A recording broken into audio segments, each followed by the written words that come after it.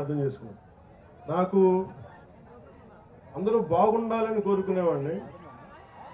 నేను చాలామందికి ఏముంటుందంటే భావన, నేను హిందూ ధర్మం గురించి మాట్లాడగానే మిగతా మతాలని అనేస్తాను అనుకుంటాను. అట్లా అన్నాను. నేను అనేది ఏంటంటే మన మతాన్ని మన ధర్మాన్ని గౌరవించాలని కోరుకుంటాను తప్ప, మీరు పెద్ద మనసుతోటి హసీనా బేగం గారు మీరు రాసింది నాకు చాలా బాగా నచ్చింది.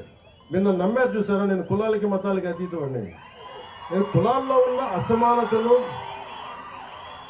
మతంలో సమానతలు కోరుకునేవాడిని తప్ప అసమానతలు ఉండకూడదు, కులాల్లో మా మత ధర్మాల్లో సమానత ఉండాలని కోరుకునేవాడిని తప్ప ఏ ఒక్కరు కూడా ఇబ్బంది పడకూడదని మనస్ఫూర్తిగా ఆకాంక్షించేవాడిని. మనస్ఫూర్తిగా మీకు దీన్ని నీళ్ళు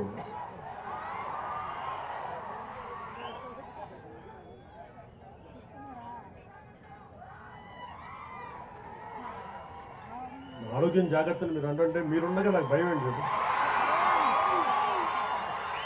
నా లోపల ఏదన్నా బాగలేదంటే ఒక అరుపు అరిస్తే మీరు ఆ జబ్బు కూడా పోదు.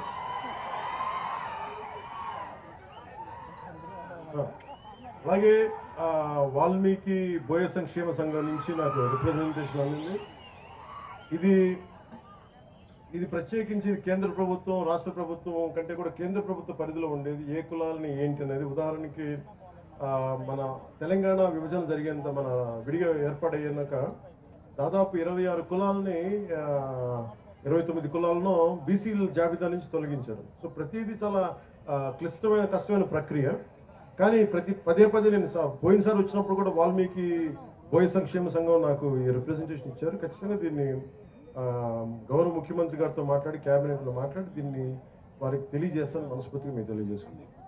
అలాగే